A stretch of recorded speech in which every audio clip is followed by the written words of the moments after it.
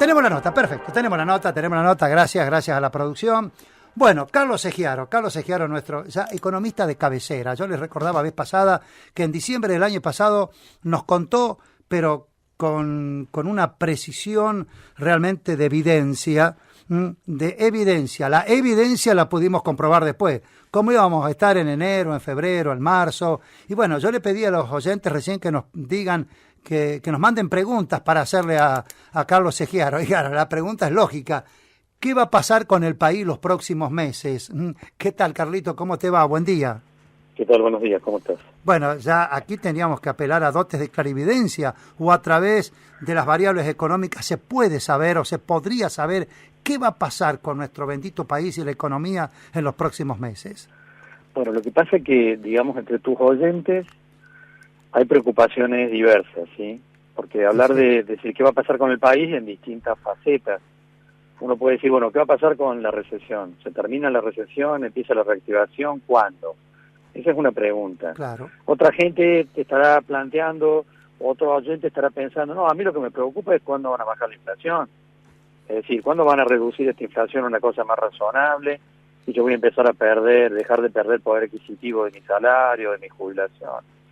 Hay quien está preocupado, a lo mejor, tal vez no, de los oyentes, pero el gobierno está preocupado si puede cumplir los compromisos que firmó con el Fondo Monetario Internacional, por ejemplo, y que surgieron esta semana de las reuniones en Washington. Y un productor agrícola que está cosechando en este momento está pensando qué va a pasar con el dólar y está esperando otro golpe evaluatorio que le mejore el precio en peso de la soja. Es decir, hay un abanico amplio, ¿no es cierto?, de intereses dentro de lo que puede pasar con el país, digamos. No sé cuánto tiempo tenemos y por dónde querés que empecemos, digamos. Claro, porque si empezamos hablando de la recesión, si empezamos hablando de la inflación, si empezamos hablando del dólar. Efectivamente, y la tarea del gobierno es compatibilizar y amalgamar todas esas inquietudes de los habitantes y de las tareas que desarrollan los habitantes. Pero bueno, por ejemplo, el productor agropecuario, más allá de que quiere que aumente el dólar, también él vive en una localidad donde su vecino no siembra, donde su vecino es albañil a lo mejor, y le preocupa la inflación. Otro vive en una ciudad donde la industria en la que está trabajando no sabe si va a seguir teniendo mercado interno o no. Es decir, hay una línea transversal que nos cruza a todo, Carlos, ¿o no? Sí. Ahora, si te parece, empezamos por la preocupación del gobierno. A ver. Al gobierno centralmente lo que le preocupa en este momento es el tema inflacionario. Y sí. Claramente, digamos. Porque siente que lo afecta en términos electorales. Claramente. Es decir, acá hay un hilo conductor fuerte, digamos, porque de alguna manera el gobierno ha identificado que la inflación que le hace perder poder adquisitivo a millones de personas lo está perjudicando de cara a las elecciones de octubre. Y en ese marco se ha trazado una hoja de ruta para intentar que la inflación baje al menos al 2% mensual al momento previo a las elecciones. Digamos que en este momento, mirando la inflación de marzo y tal vez la de abril, estamos hablando de una inflación que está en torno al 4%. O sea que lo que intentaría sería llevar la inflación a la mitad en los próximos meses. Ahora, ¿cuál es la estrategia que se está planteando para esto? Y la estrategia que se está planteando para esto tiene varias facetas, digamos. Una es secar la plaza de pesos con altas tasas de interés que continúan dando vuelta. Lo segundo es que tiene que contener el dólar. Esta es una pieza clave. Es decir, el gobierno no se puede permitir en los próximos meses un nuevo golpe devaluatorio. Porque un nuevo golpe devaluatorio realimentaría la inflación y electoralmente casi diríamos que se lo llevaría puesto al gobierno. Un golpe devaluatorio como el del año pasado, ¿no es cierto?, que pasa de 20 pesos a 40. Entonces, tiene que evitar eso de cualquier manera. Esto es una pieza clave de la estrategia y explica por qué el gobierno argentino fue al Fondo Monetario a pedirle que le habilitaran 9.600 millones de dólares para poder usar en el mercado. Y esa clave, contener el dólar. Un segundo elemento ha sido parte de las negociaciones que el gobierno argentino ha tenido con las empresas energéticas en general para frenar de alguna manera en los próximos meses la suba de las tarifas. Porque la suba de las tarifas de gas, de energía eléctrica, de combustible, también han realimentado la inflación. Sí. El tema es que en realidad esos aumentos de tarifas están en el marco de contratos que se firmaron entre el gobierno y las empresas. Un acuerdo que pareciera estar llegando a buen puerto, por así decirlo, entre el gobierno y las empresas, es que el gobierno le ha dicho a las empresas, bueno, miren, aumenten las tarifas, lo que sea, pero háganlo en abril. Para mayo ya no.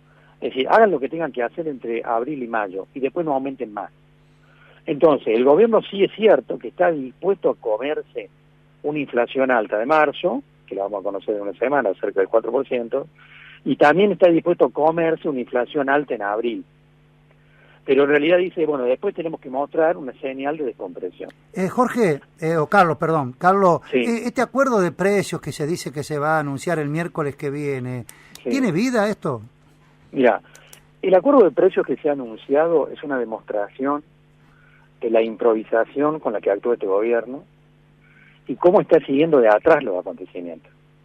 Porque el hilo conductor de esto que se ha escuchado, en realidad es que Durán Barba le dijo a Macri, mira, si no haces algo con la inflación, vas a perder la elección. Entonces Macri llama a sus ministros y les dice, hagan algo. Entonces sale un ministro, en realidad no sale, pero se filtra, que dice, vamos a hacer un congelamiento de precios por 6 meses. A las 2 horas sale otro ministro diciendo, no, eso no es cierto, no vamos a hacer eso. ¿Cómo vamos a congelar los precios si nosotros no tenemos esa visión ideológica de las cosas? Vamos a hacer un acuerdo con algunas cadenas de supermercados. Y algún periodista llama entonces a la cadena de supermercados y les dice, ¿tienen un acuerdo con el gobierno argentino? No, no tenemos ningún acuerdo, ni nos han llamado. Bueno, fíjate vos qué nivel de improvisación tiene todo esto. Porque vos me dirás, ¿en qué consiste el acuerdo de precios que va a anunciar el gobierno el miércoles que viene? Yo no lo sé, y estoy seguro que no lo saben ellos tampoco. Es decir, han lanzado un anuncio, se van a poner a negociar en los próximos días para ver qué pueden anunciar el miércoles que viene, porque el presidente le dio la orden a los ministros de que el miércoles que viene quiere hacer un anuncio.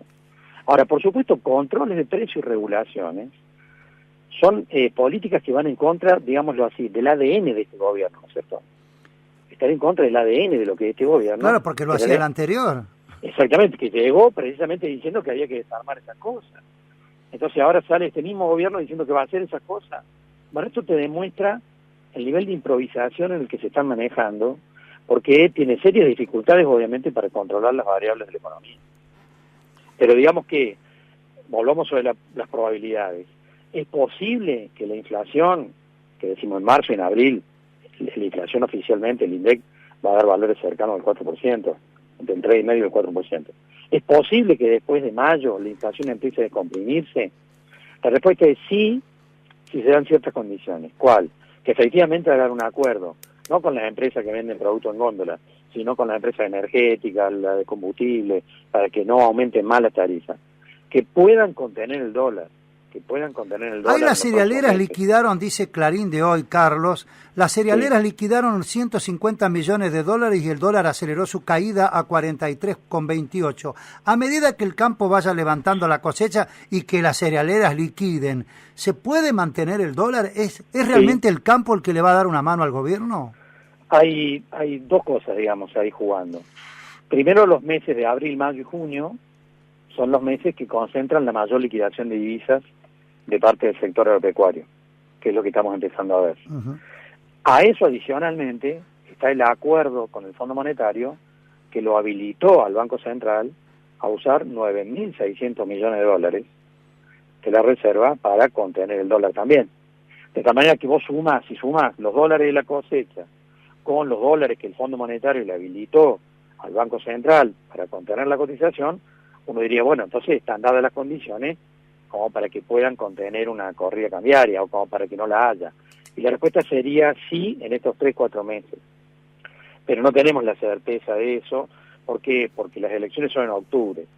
En realidad, la mayor cantidad de dólares de la cosecha es abril, mayo y junio.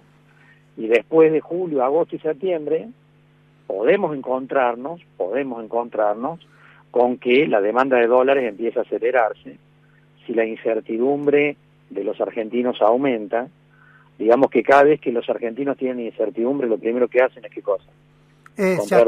Se atesora. Comprar dólares. Entonces, es posible que, digamos, es muy lógico pensar que el mercado tiene que estar relativamente tranquilo en estos 3 meses próximos, pero en realidad hay cierta incertidumbre con que esa tranquilidad pueda sostenerse después de julio a agosto. Claro, vos sabés que la incertidumbre tiene que ver con y te pregunta, yo que hago periodismo político también, dice, ¿quién? O sea, ya no quién va a ganar, ¿quiénes van a competir? Y hasta ahora hay 3, Macri, Cristina y Labaña. No, en el mundo los mercados... Fíjate vos que el nivel de incertidumbre puede ser mayor. ¿Vos estás seguro que Cristina va a ser candidata? Bueno, no. Por eso digo, hasta ahora... Y pensemos en esto, ¿y vos estás seguro que Macri va a ser candidato? Bueno, no sé. Macri sí, yo estoy seguro que va a ser. No sé por qué, pero no lo veo fracasando, diciendo no voy a ser candidato, que venga Vidal. No lo veo. Bueno, pero fíjate esto, ¿no? Estamos hablando de política, no es mi tema, pero yo lo veo a Macri todos los días, diciendo que María Eugenia Vidal va a ser candidata a gobernador de Buenos Aires. ¿Por qué tiene que decirlo todos los días? ¿Por qué? Porque adentro de Cambiemos mismo hay gente que está pensando que tiene que ser la candidata a presidente. Ah, sí, el famoso plan B, pero B corta. Sí, claro, sí. Exactamente, o sea, Macri está repitiendo todos los días que María Eugenia tiene que ser candidata, porque evidentemente adentro de Cambiemos y del PRO hay gente que está pensando que se tiene que bajar. Y si Cristina, por ejemplo, no es candidata, Labaña tiene chances, ¿no? Supongo que sí. Lo que pasa es que es tan vidrioso, ¿no es cierto? Como vos decías, el nivel de incertidumbre es inmenso, porque yo cuando me reúno con empresarios en distintos lugares de provincia de Santa Fe, Entre Ríos, Córdoba, la figura de Labaña los seduce a los empresarios. La verdad que los seduce.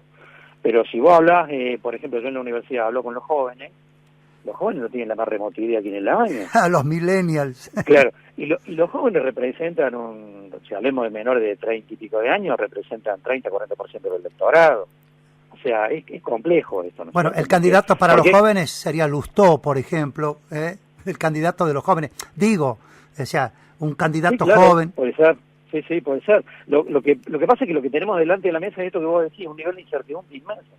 Porque ni siquiera sabemos cuál es la grilla del candidato. Entonces, obviamente que tampoco sabemos mucho con respecto a las posibles políticas económicas. Yo no sé si esto lo hacen para asustar a los chicos, ¿qué? Pero muchos dicen, no, el Fondo Monetario y los mercados no quieren que vuelva el kirchnerismo para que no vuelva el populismo. ¿Esto será tan así? El Fondo Monetario ya, digamos, una cosa es lo que piensen los funcionarios o la señora Lagarde, que por supuesto no le debe caer simpático que el kirchnerismo vuelva.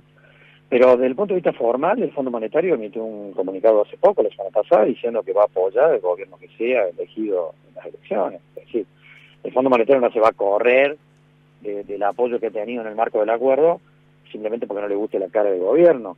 Es más, viste que la señora Lagarde dijo cosas que son una intromisión, casi diríamos, ¿no es cierto? Sí. Esta semana en la política interna argentina, advirtiéndole a los candidatos opositores que no digan cualquier cosa, porque el acuerdo está firmado y hay que respetarlo, ¿viste? Bueno, Emanuel Álvarez Agis, vos lo ubicarás, sí, además de ser colega, fue viceministro de Kicillof, fue un tipo muy centrado, lo suele llevar siempre la gente de América, y Maximiliano Montenegro, y él decía, en un eventual gobierno de Cristina, lo primero que tenemos que hacer es seguir cumpliendo con el fondo, dice, nadie piensa en defaultear o en decirle, total, él dice que tiene diálogo con gente del fondo, el fondo no nos piensa cobrar tan rápido, dice. Bueno, fíjate vos, cuando la gente del Fondo Monetario vino el mes pasado, ¿te acordás?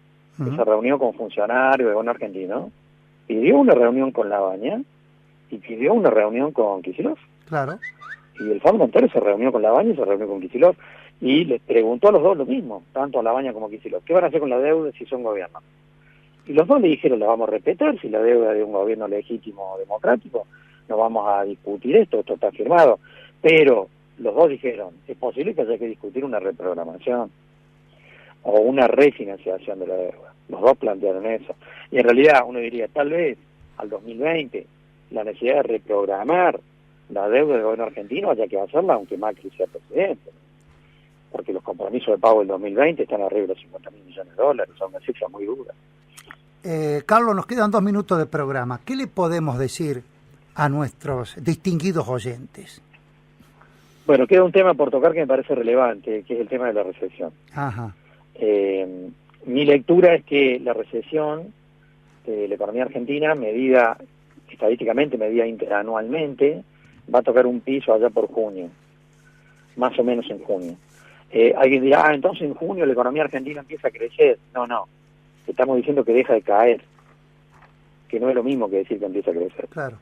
Medida interanualmente, porque alguien va a decir, no, en marzo aumentó suponete los libreros de Rosario, dijeron, vendí más en marzo que en febrero, la economía se está reactivando. No, vendiste más en marzo porque empezaron las clases. Lo que vos tenés que comparar en la librería es marzo de este año contra marzo del año pasado, ¿se entiende? Sí, Es decir, las comparaciones que técnicamente son pertinentes son las interanuales.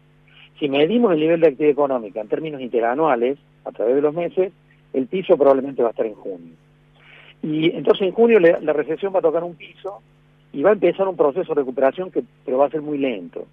Hay millones de argentinos que han perdido su poder adquisitivo y no lo van a recuperar rápidamente, desgraciadamente así.